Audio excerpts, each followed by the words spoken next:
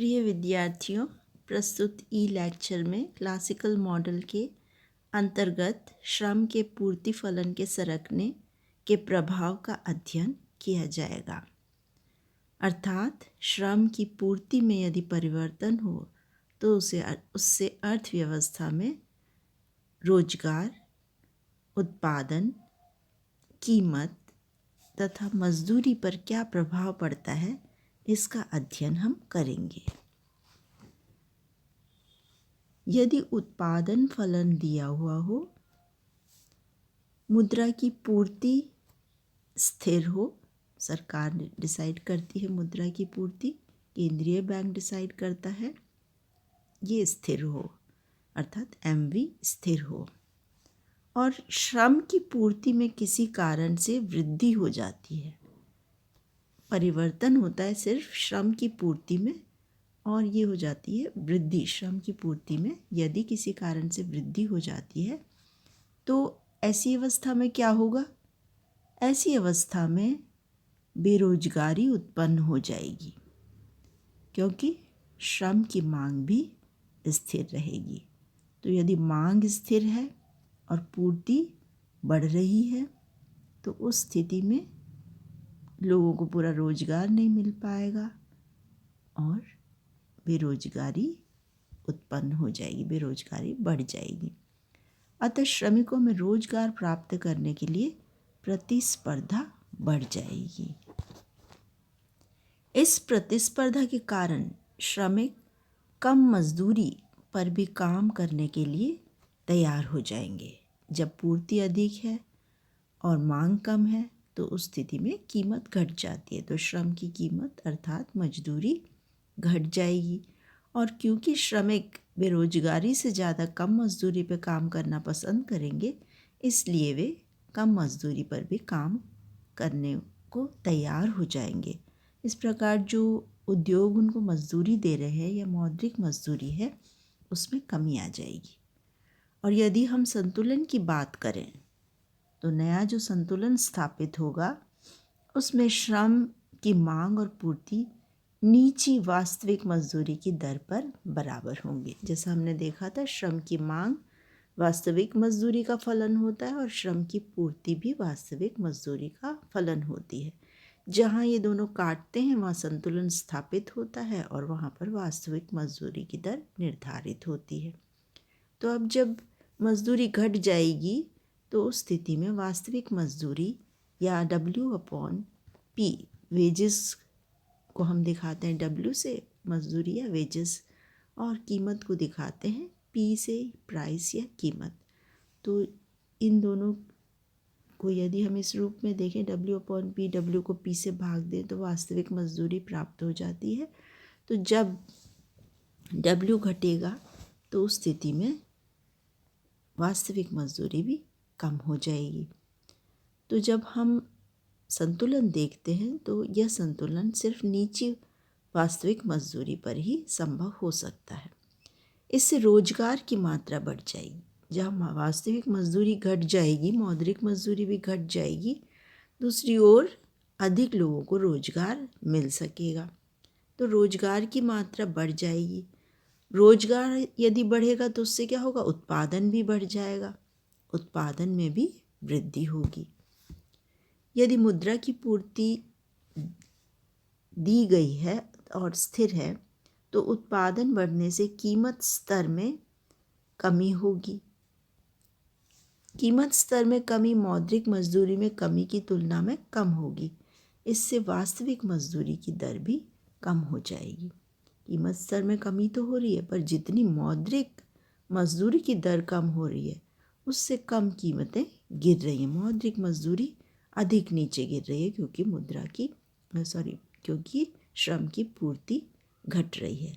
बढ़े हुए अतिरिक्त श्रम को घटी हुई वास्तविक मजदूरी पर ही रोजगार प्रदान करना संभव है।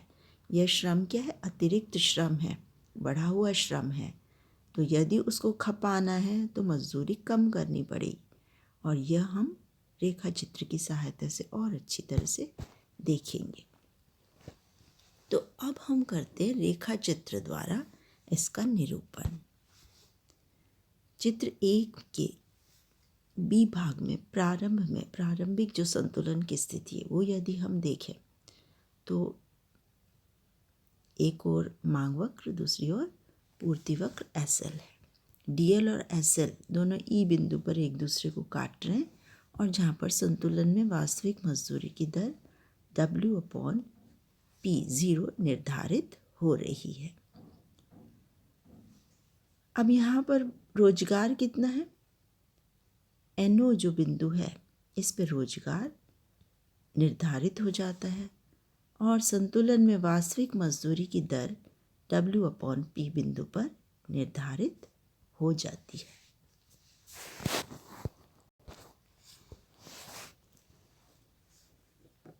अब हम ए भाग की तरफ जाते हैं। चित्र का ये जो ए भाग है इसके अंदर यदि हम देखें तो शुरू में उत्पादन फलन जो है वो Q है और रोजगार के संतुलन स्तर पर NO पर उत्पादन का संतुलन स्तर OQ है। तो ये Q0 जो है ये उत्पादन का संतुलन है। यहाँ से ये रेखा जारी है और इस तरह से ये संतुलन निर्धारित हो। NO से चले सीधे और Q0 पे चले गए। भाग सी में ये मुद्रा की पूर्ति है, MV से दिखाया गया है। Q0 से यदि हम ये रेखा खींचेंगे तो हमें P0 कीमत प्राप्त हो जाती है। इसके बाद में डी भाग पे पहुंचते हैं हम और नीचे जाते हैं P0 तक। तो यहाँ पे W/P0 ये ऊपर वाली जो रेखा है ये वास्तविक मजदूरी की रेखा है और यहाँ पर ये जो मूल्य देखा था हमने W/P0 इसके बराबर इसका ढाल है। इसको ये काटती है इस बिंदु पर, यहाँ पे P0 आपकी कीमत निर्धारित हो जाती है और W0 आपकी मौद्रिक मजदूरी निर्धारित हो जाती है।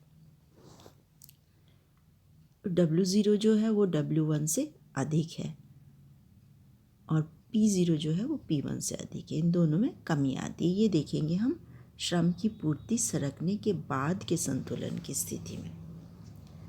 अब श्रम की पूर्ति में जब वृद्धि हो जाती है तो श्रम का जो पूर्ति वक्र है वो दाहिनी ओर इधर सरक जाता है, क्योंकि प्रत्येक वास्तविक मजदूरी की दर पर पहले से अधिक श्रम काम करने के लिए तैयार हो जाते हैं, जबकि श्रम की मांग जो है वो यथावत रहती है।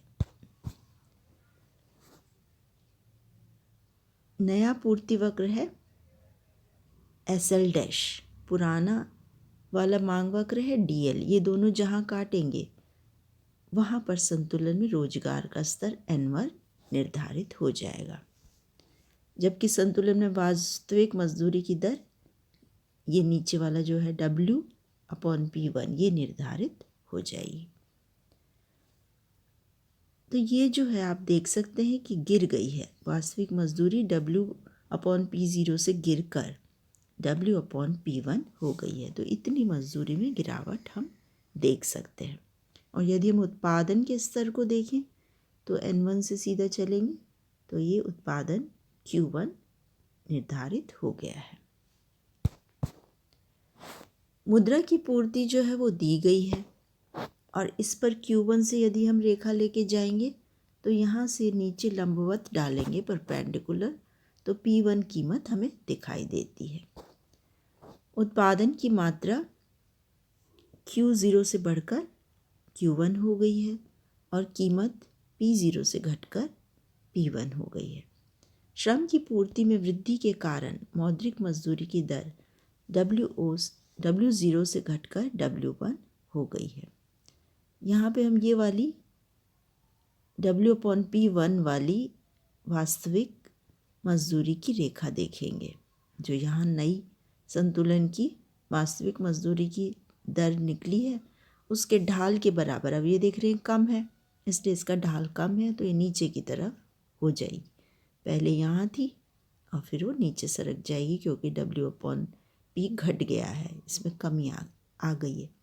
अब Q1 के बराबर यहाँ से हमने P1 लिया और फिर नीचे गए तो P1 पे पहुँचे तो कीमत स्तर घट के P0 से P1 दिखाई दे रहा है और मौद्रिक मजदूरी W0 से घटकर W1 दिखाई दे रहे हैं। तो यहाँ आप आराम से देख सकते हैं कि ये W0 और W1 के बीच में जितना अंतर है उससे कम अंतर P0 और P1 के बीच में है। मतलब जितनी कीमत घटी है उससे अधिक मजदूरी घटी है। मौद्रिक मजदूरी है ये, कीमत के प्रभाव से अलग है बिल्कुल। इन दोनों को जब मिला देते हैं तो वास्तविक मजदूरी आ जाती है।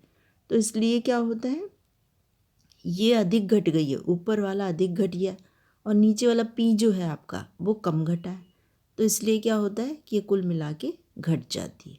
यदि इसका उल्टा होता तो ये बढ़ जाती, पर यहाँ स्थिति क्या है, ऊपर वाली चीज़ जो W है वो अधिक घट रही है और नीचे वाली चीज़ जो है वो कम घट रही है। तो बड़े को हम छोटे से भाग दे रहे हैं, बड़ी घटावट, बड़ा नेगेटिव है ये छोटा नेगेटिव है, इसको भाग दे रहे हैं तो उस स्थिति में संख्या बड़ी आएगी।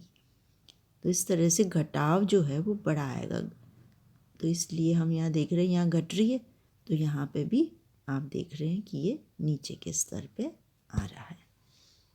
कीमत स्तर में कमी मौद्रिक मजदूरी में कमी की तुलना में कम होती है। इसके फलस्वरूप वास्तविक मजदूरी दर घटकर W/P1 हो जाती है और ये यहाँ जो है ये नाप हमने लिया है उसके ढाल के बराबर होती है।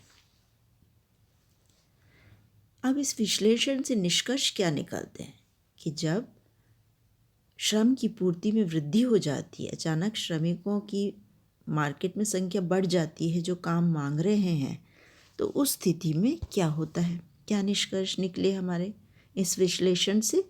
पहला,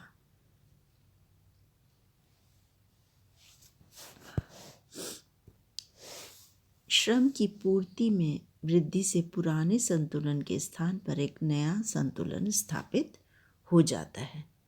इसमें क्या होता है, रोजगार में वृद्धि होती है और मौद्रिक मजदूरी में कमी होती है। तो ये तीन चीज़ें ली हैं एक साथ हमने। पहला, संतुलन नया स्थापित होता है और उस संतुलन में रोजगार में वृद्धि होती है और मौद्रिक मजदूरी में कमी हो जाती है। रोजगार अधिक लोगों को मिलता है, पर किस कीमत पर, कम मजदूरी की स्थिति के अंदर। उत्पादन के जब हमने उसको देखा था प्रभाव को, तो उस स्थिति में हमने देखा था कि उत्पादन बढ़ने से, तकनीकी ज्ञान और पूंजी के भंडार के बढ़ने से मजदूरी बढ़ जाती है और रहन सहन का स्तर बढ़िया हो जाता है, अच्छा हो जाता है। यहाँ ऐसा नहीं हो रहा है, रोजगार तो बढ़ रहा है पर मौद्रिक मजदूरी में कमी आ रही है। लोगों को जो हाथ में नकद में मजदूरी दी जा रही है वो कम हो गई है, पहले जितनी मिलती थी उससे कम मिल रही है। दूसरा, रोजगार में वृद्धि से उत्पादन के स्तर में वृद्धि हो रही है। अर्थव्यवस्था को तो फायदा हो रहा है, उत्पादन के स्तर में वृद्धि हो रही है, पर यदि मुद्रा की पूर्ति स्थिर रहे तो कीमत स्तर में कमी होती है, जो एक तरीके से उत्पादन को निरुत्साहित करने वाली चीज़ है। तीसरा है, मौद्रिक मजदूरी में कीमत स्तर की तुलना में अपेक्षाकृत अधिक कमी। मौद्रिक मजदूरी ज़्यादा कम हो रही है, जैसा हमने देखा था रेखा चित्र में भी, और कीमत स्तर कम हो रही है पर उतनी कम नहीं हो रही है। तो इसलिए मज़दूरों को तो कुल मिलाकर नुकसान ही है, क्योंकि उनकी आय जो है वो बहुत अधिक घट रही है, जबकि अर्थव्यवस्था में कीमतें इतनी नहीं घट रही हैं। तो कुल मिला के असर क्या है, उनकी क्रय शक्ति कम हो रही है या वास्तविक मजदूरी की दर भी कम हो जाती है। तो जो प्रभाव उत्पादन में वृद्धि का था उससे उल्टा प्रभाव हो रहा है।